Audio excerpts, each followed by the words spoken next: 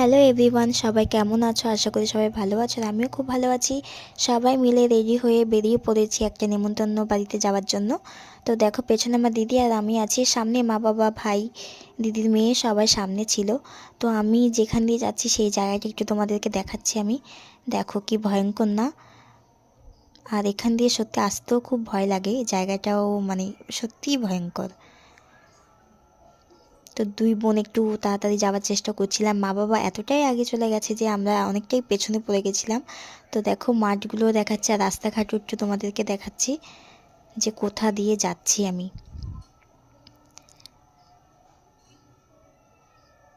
দেখো হেঁটে হেঁটে যাচ্ছি আমরা। বাজার দিয়েও যাওয়া যায়, কিন্তু আমি বাজার দিয়ে যাচ্ছি না, এই জঙ্গলের ভেতর দিয়ে যেতে হচ্ছে। তোমাদেরকে একটা নদী দেখাই। সরি, এটা নদী না পুকুর কি বলবো, এটা না দিঘি বলবো, কি বলবো বুঝতে পারছি না। যাই হোক, দেখো এটা কতটা বড়, অনেকটা এরিয়া নিয়ে এখানে মাছ চাষ করা হয়। তো দেখতে দেখতে চলে এসেছি এই যে বান্ধবীর, মানে এটা আমার বান্ধবী, আমার ক্লাসমেট, ওরই আজকে স্বাদ ছিল। তো ওর সাথে একটু কথা বলে আমরা বসে পড়েছি খেতে। দেখো আমাদের পুচকিটা এত পাকা, কে বলবো। তো দেখো ওর স্বাদের কী কী মেনু ছিল আজকে। তো ফার্স্টেই দিয়ে দিয়েছে আমাদের জল, আর আমাদের পুচকুটা অপেক্ষা করছিল কখন আসবে।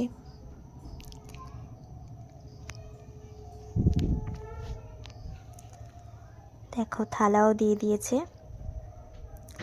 তো এখানে কিন্তু সবাই মানে সব প্রভুরা দিচ্ছিল খেতে, কেননা দাদা হচ্ছে যেহেতু মানে ওদের বাড়িতে সবাই প্রসাদী, তো সেই কারণে সব প্রসাদী জিনিসপত্র করা হয়েছে, সব নিরামিষ ছিল। তো দেখো প্রথমে দিয়ে দিয়েছে নান, লেবু। সব জায়গাতেই কিন্তু আমিষ রান্না করা হয় স্বাদে বা অন্যান্য অনুষ্ঠানে, বাট এখানে আজকে স্বাদে আমরা সবাই নিরামিষ খেয়েছি। তো ডাল দিয়ে দিয়েছে, চিপস দিয়ে দিয়েছে, তো ওইটা দিয়ে খেয়ে নিলাম। আমি দিদির মেয়ে আর মা বসেছিলাম। তো দেখো এবার দিয়ে দিয়েছে পটল পোস্ত, মানে খাবারগুলো এত টেস্ট হয়েছে কি বলবো। তারপর দিয়ে দিয়েছে বিরিয়ানি, তারপর দিয়ে দিয়েছে পনিরের তরকারি। আগেই কিন্তু বলে দিয়েছি নিরামিষ ছিল, তো বিরিয়ানি বলেছে বলে কেউ আবার ভেবো না এটা অন্য কিছু, মানে আমিষ। তারপর দিয়ে দিয়েছে আলুর দম। এরপর দাদা এসে আমাদেরকে একটু জিজ্ঞাসা করছিল কেমন হয়েছে রান্না বান্না, আর দাদাকে আমি ভিডিওতে নিচ্ছি দেখে দাদা বলছে নিস না, সেটাও নিয়েছিলাম একটু। তো দেখো থালাটা আমার কি অবস্থা হয়ে গেছে। রান্নাগুলো এত ভালো হয়েছে কি বলবো। তারপর দিয়ে দিল পাঁপড়, মানে এত তাড়াতাড়ি দিচ্ছিল, সব এক জায়গায় জমে গেছিলো থালার মধ্যে।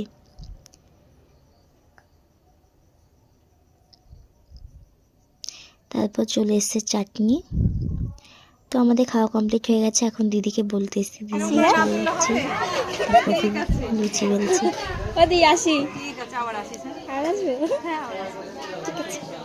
আমরা সুশীলদার কাছে গিয়ে ওকে বলে এখন আমরা বাড়ির দিকে যাব।